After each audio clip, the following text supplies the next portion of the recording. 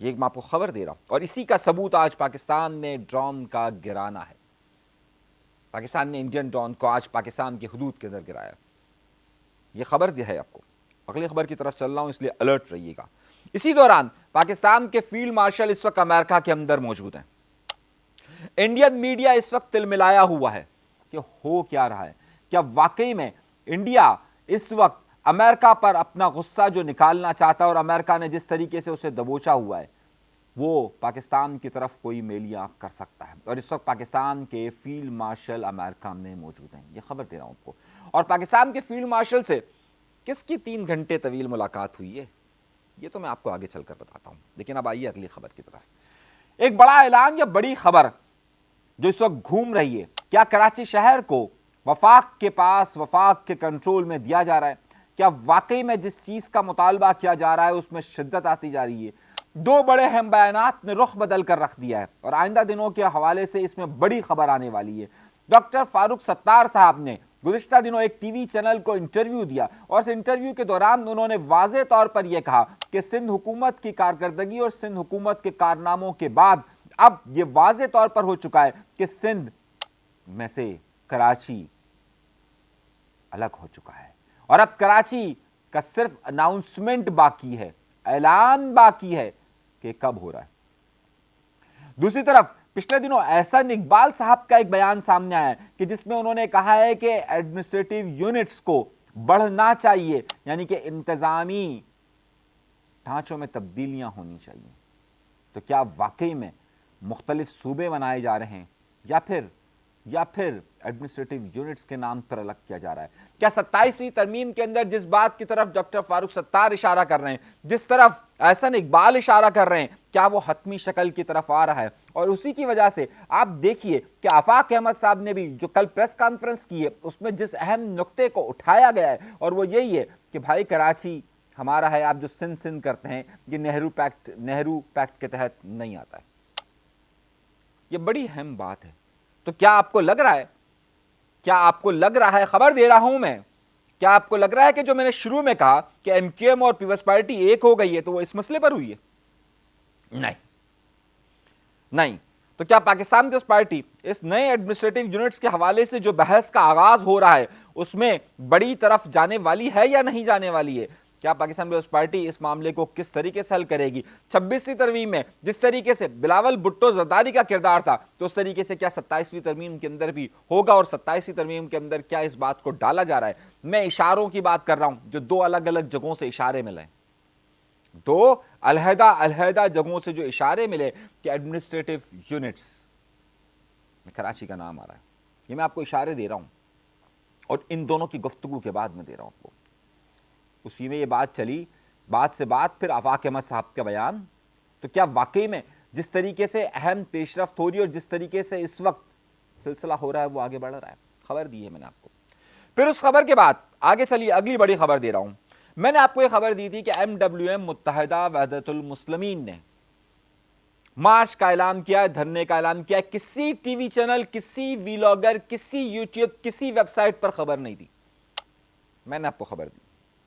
اور اس کے بعد میں نے آپ کو شدت سے بتایا کہ اس کے بعد کراچی میں کس حد تک تناؤ موجود تھا۔ صبح 4 بجے گورنر سندھ کو وہاں جانا پڑا، اور پھر گورنر سندھ نے کہا کہ میں وفاق سے بات کر رہا ہوں، لیکن وفاق تک ان کی بات گورنر صاحب کے ذریعے نہیں کہیں اور پہنچی تھی، لیکن بعد میں گورنر صاحب بھی آئے۔ ہوا یہ کہ کل کون سا دن تھا شانی؟ کہاں گیا؟ ہاں، کل کون سا دن تھا؟ جمعرات۔ کل جمعرات کے دن کا یہ اعلان ہوا کہ طلال چودھری کے جو کہ وفاقی وزیر مملکت داخلہ ہے، ان کو باقاعدہ حکومت کی طرف سے باقاعدہ مختلف اور جگہوں سے کہا گیا کہ وہ کراچی جائیں۔ ان کی ٹکٹ بک ہوئی 5:30 بجے کی فلائٹ کی، 7:30 بجے انہیں کراچی شہر میں پہنچنا تھا۔ پوری خبر دے رہا ہوں آپ کو۔ MWM مکمل طور پر تیار تھی، گورنر سندھ بھی موجود تھے، اور یہ معاملہ پیش رفت تھا۔ پاکستان پیپلز پارٹی نے تقریریں کی، لیکن اہم معاملہ یہ تھا کہ وہ الگ رہی۔ اب آنا تو چاہیے تھا کہ وفاقی وزیر محسن نقوی صاحب کو، لیکن محسن نقوی صاحب سیاسی وجوہات کی بنیاد پر نہیں آئے۔ اس کی سیاسی وجوہات یہ تھی کہ محسن نقوی صاحب بھی کیونکہ ظاہر ہے اربعین جاتے ہیں اور یہاں پر سے اگر وہ بات کرتے تو پھر وہ بات مناسب نہیں رہتی، تو طلال چودھری کو بھیجا گیا، لیکن طلال چودھری کی کسی میٹنگ کی وجہ سے 5:30 بجے کی فلائٹ چلی گئی، یہاں انتظار ہو رہا تھا، 7:30 بجے کی ان کو فلائٹ ملی، 9 بجے وہ یہاں پر پہنچتے ہیں اور پہنچتے ہیں گورنر ہاؤس میں، جہاں پر راجہ ناصر عباس صاحب کے ساتھ ان کی اور دیگر MWN کے لوگوں کے ساتھ ان کی ملاقاتیں ہوتی ہیں، اور طے یہ ہوتا ہے کہ اس اہم معاملے پر جو پریس کانفرنس ہے وہ کی جائے گی نمائش پہ MWN کے دفتر میں۔ میری جادوگرنیاں وہاں لگی ہوئی تھی، فوٹیجز آپ کو دکھا رہا ہوں، ایک ایک وقت کی خبر لے رہا تھا میں، اور میں بتا رہا تھا کہ معاملہ جا کہاں رہا ہے۔ پریس کانفرنس کا وقت آیا، لیکن راجہ ناصر عباس صاحب اس پریس کانفرنس میں ان کے ساتھ نہیں تھے، بلکہ MWN کی دوسری قیادت تھی۔ آپ مجھ سے پوچھ سکتے ہیں کہ کیوں ایسا ہوا؟ کیوں ایسا ہوا؟ خبر دے رہا ہوں آپ کو، کسی کے پاس نہیں ہوگی، اس لیے کہ راجہ ناصر عباس صاحب اس وقت اس اتحاد کا حصہ ہیں کہ جو کہ عمران خان کی رہائی کے لیے اور جمہوریت کی بحالی کے لیے، آئین کی بحالی کے لیے چل رہا ہے۔ تو ظاہر ہے اگر راجہ ناصر صاحب طلال چودھری کے ساتھ، کہ جو کہ جس نے ابھی کچھ دنوں پہلے یہ بیان دیا، بلکہ کل ہی یہ بیان دیا اسمبلی کے اندر کہ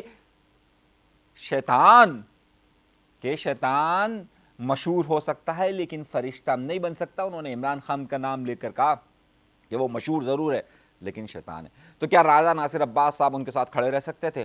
نہیں رہ سکتے تھے۔ MWM ہی تھی، لیکن راجہ ناصر عباس صاحب موجود نہیں تھے، سینیٹر ہی تھے۔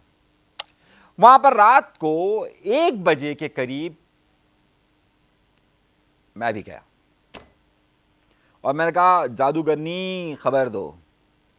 وہاں پر جو معاملات طے ہوئے اس میں جو طلبہ اس وقت ایرانی بارڈر پر موجود ہیں انہیں اندر جانے کی اجازت کا بات ہوئی، جو قافلے بارڈر پر موجود ہیں انہیں جانے کی بات ہوئی، لیکن جو قافلے کراچی سے جانے تھے ان پر یہ بات ہوئی کہ ان کے لیے رعایتی پیکج دیا جائے گا اور ویزوں کی مدت بڑھائی جائے گی، یہ بات کی جائے گی۔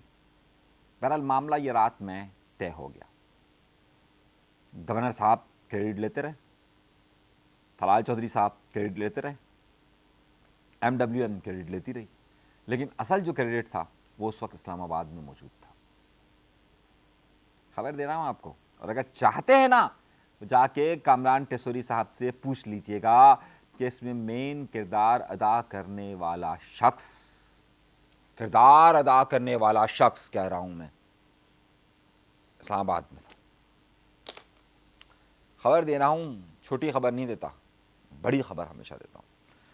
آئیے اگلی خبر کی طرف چلیے۔ ارے وہ بات تو رہ گئی، کون سی بات رہ گئی؟ وہ جو میں کہہ رہا تھا کہ کیا پاکستان پیپلز پارٹی اور MQM کو گئی تھی نا، ہاں یہ بھی ہاں کر رہا ہے جبکہ موبائل دیکھ رہا ہے، جھوٹ بول رہا ہے۔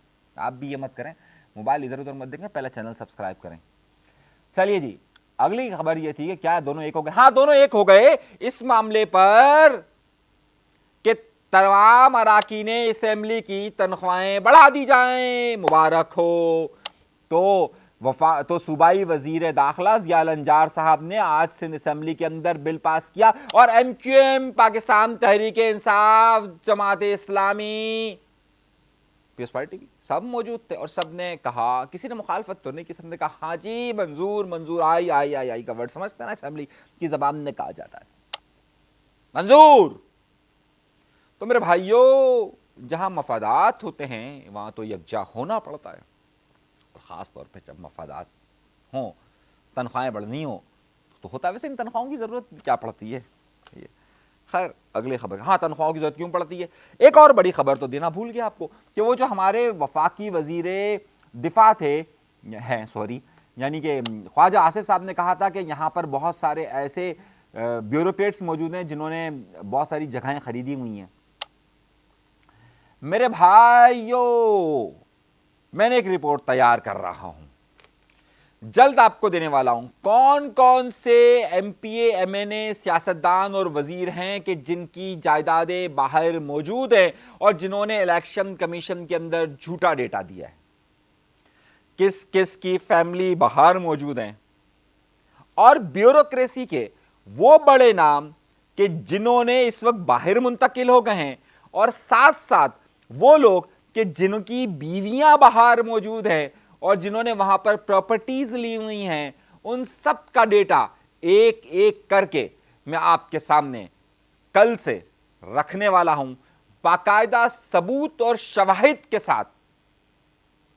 ایس بی سی اے کے کون کون سے افسر ہیں، سندھ حکومت کے تمام محکموں کے کون کون سے افسران ہیں کہ جن کی بیویاں باہر موجود ہیں، اور اکثر کی تو 2 بیویاں ہیں، ایک بیوی ادھر ایک بیوی ادھر، وہ بھی وہاں کے لیگلی قانون کے مطابق ان یورپی ممالک میں 2 شادیوں کی اجازت نہیں ہے۔ آپ ایک کو رکھ سکتے ہیں، لیکن انہوں نے کاغذات میں دوسری بیوی ظاہر ہی نہیں کی ہے، یہ بھی میں آپ کو بتانے والا ہوں۔ انہوں نے ادھر کی بیوی کو ظاہر کیا تاکہ ادھر جا سکے، اور ادھر کی بیوی کو ظاہر ہی نہیں کیا، لیکن بیوی ہے۔ دوں گا اور باقاعدہ آپ کو ڈاکیومنٹ کے ساتھ دے رہا ہوں، بڑی خبر دینے والا ہوں، اور ایک ایک کر کے اس حمام میں موجود سارے ننگوں کی تصویریں شائع کرنے والا ہوں۔ آگے دیکھتے جائیے گا۔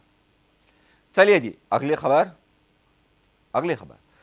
خبر بحریہ ٹاؤن ملک ریاض تڑپ رہا ہے اور اس کو بچانے والے یہاں پیسہ خور اینکرز کر رہے ہیں، اور میرا دکھ اس کے ساتھ یہی ہے کہ اس نے کراچی کی جگہ پر قبضہ کیا، اور لیکن میرا مطالبہ وہی ہے، ملک ریاض کو جس کسی نے بھی جگہ دی، کیونکہ سپریم کورٹ کا فیصلہ موجود ہے کہ یہ جگہ غلط دی گئی ہے، سپریم کورٹ کا فیصلہ، تو اس میں ایس بی سی اے سے لے کر اس وقت کے سندھ حکومت کے تمام لوگوں کو جواب دہ کیوں نہیں کیا جا رہا؟ میرا یہ سوال ہمیشہ رہے گا اور ہمیشہ پوچھتا رہوں گا۔ بڑا فراڈ کا معاملہ ہوا ہے۔ آئیے، پی ٹی آئی کا اپوزیشن لیڈر عمر ایوب نااہل ہو گئے ہیں۔